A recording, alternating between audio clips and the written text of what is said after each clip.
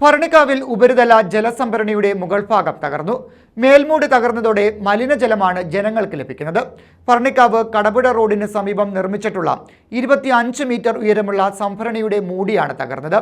5 ലക്ഷം litre സംഭരണശേഷിയാണ് ഇതിനുള്ളത്. ശാസ്താംകോട്ട ഭരണിക്കാവിലെ ഉപരിതല ജലസംഭരണിയുടെ മൂടിയാണ് തകർന്നത്.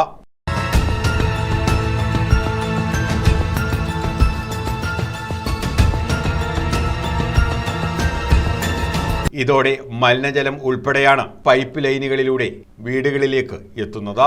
ശാസ്താംകോട്ട, ഭരണിക്കാവ്, മുതുപിലാക്കാട്, മനക്കര, പുന്നമൂട്, പടിഞ്ഞാറേക്കല്ലട, പഴയ ബസ് സ്റ്റാൻഡ്, കോഴിക്കൽ ഭാഗം, ശൂരനാട് തെക്ക്, കോഴിമുക്ക് തുടങ്ങിയ പ്രദേശങ്ങളിലേക്ക് ശുദ്ധജലം വിതരണം ചെയ്യുന്ന സംഭരണിയാണിത്. ഭരണിക്കാവ് കടപുഴ റോഡിന് സമീപം നിർമ്മിച്ചിട്ടുള്ള 25 മീറ്റർ ഉയരമുള്ള സംഭരണിക്ക് 5 ലക്ഷം ലിറ്റർ ശേഷിയാണുള്ളത്. കോൺക്രീറ്റ് തകർന്ന് മേൽമൂടി ഇല്ലാതെയാണ് വർഷങ്ങളായി സംഭരണി നിൽക്കുന്നത്. ശാസ്താംകോട്ടയിൽ നിന്നെത്തുന്ന വെള്ളം ഇവിടെ സംഭരിച്ച് വിതരണം ചെയ്യുകയാണ് ചെയ്യുക. 2 ദിവസം ഇടവിട്ട് കടപുഴ, ഭരണിക്കാവ്, മനക്കര ലൈനുകളുടെ ക്രമത്തിലാണ് ഇപ്പോൾ ജലവിതരണം. തുറന്നുകിടക്കുന്ന സംഭരണിയിൽ മാലിന്യം അടിഞ്ഞുകിടക്കുകയാണ്. സംഭരണിക്ക് മുകളിൽ പക്ഷികൾ കൂട്ടത്തോടെ ഇരിക്കുന്നതും പതിവ് കാഴ്ചയാണ്. ഇവ ഭക്ഷണാവശിഷ്ടങ്ങളും മാലിന്യങ്ങളും കൊണ്ടിടുന്നതും പതിവാണ്. കുടിവെള്ളത്തിന് ദുർഗന്ധവും നിറവ്യത്യാസവുമുള്ളതായി നേരത്തെ തന്നെ പരാതികൾ ഉയർന്നിരുന്നു. സംഭരണി വൃത്തിയാക്കുന്ന വേളയിൽ പ്രശ്നം പരിഹരിക്കാമെന്നായിരുന്നു ജല അതോറിറ്റി ഓഫീസിൽ നിന്നുള്ള മറുപടി. എന്നാൽ വൃത്തിയാക്കൽ നടപടികൾ ഒരിക്കലും നടക്കാറില്ലെന്നാണ് ആക്ഷേപം.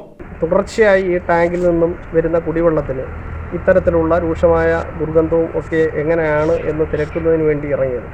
അങ്ങനെ നമ്മളിവിടെ വന്ന് പരിശോധിച്ചപ്പോഴാണ് ഏകദേശം 25 മീറ്ററോളം പൊക്കമുള്ള ഈ ടാങ്ക്, ഇതിൻ്റെ സംഭരണശേഷി എന്ന് പറയുന്നത് 5 ലക്ഷം ലിറ്റർ ജലമാണ്. ഇത് കടപുഴ ലൈനിലേക്കും അതുപോലെ തന്നെ ഭരണിക്കാവ്, മനക്കര, കോഴിമുക്ക് വരെയുള്ള ശൂരനാട് തെക്ക് പഞ്ചായത്തിൻ്റെ ചില ഭാഗങ്ങൾ, പടിഞ്ഞാറേക്കല്ലട പഞ്ചായത്തിൻ്റെ ചില ഭാഗങ്ങൾ, ഇവിടെയൊക്കെ 2 ദിവസം കൂടി ഉള്ള ക്രമത്തിൽ ഈ ടാങ്കിൽ നിന്നുള്ള കുടിവെള്ളമാണ് വാട്ടർ അതോറിറ്റി ഇവിടെ നിന്ന് പൈപ്പ് വഴി ജനങ്ങൾക്ക് എത്തിക്കുന്നു. ശുദ്ധമായ കുടിവെള്ളം ഉറപ്പുവരുത്തുക എന്നുള്ളത് ഉദ്യോഗസ്ഥരുടെ ബാധ്യതയാണ്, വാട്ടർ അതോറിറ്റിയുടെ ബാധ്യതയാണ്.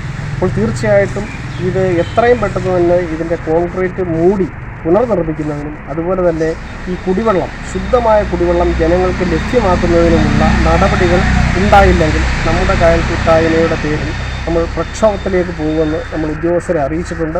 നമ്മുടെ കായൽ കൂട്ടായ്മ പ്രവർത്തകർ ഹെലിക്യാം ഉപയോഗിച്ച് നടത്തിയ നിരീക്ഷണത്തിലാണ് മൂടി തകർന്നു കിടക്കുന്നതും മാലിന്യം കെട്ടിക്കിടക്കുന്നതും കണ്ടത്. ഇത് സംബന്ധിച്ച് വകുപ്പ് മന്ത്രിക്ക് കൂട്ടായ്മ പ്രവർത്തകർ പരാതി നൽകിയിട്ടുണ്ട്. News bureau, Sasthamkotta.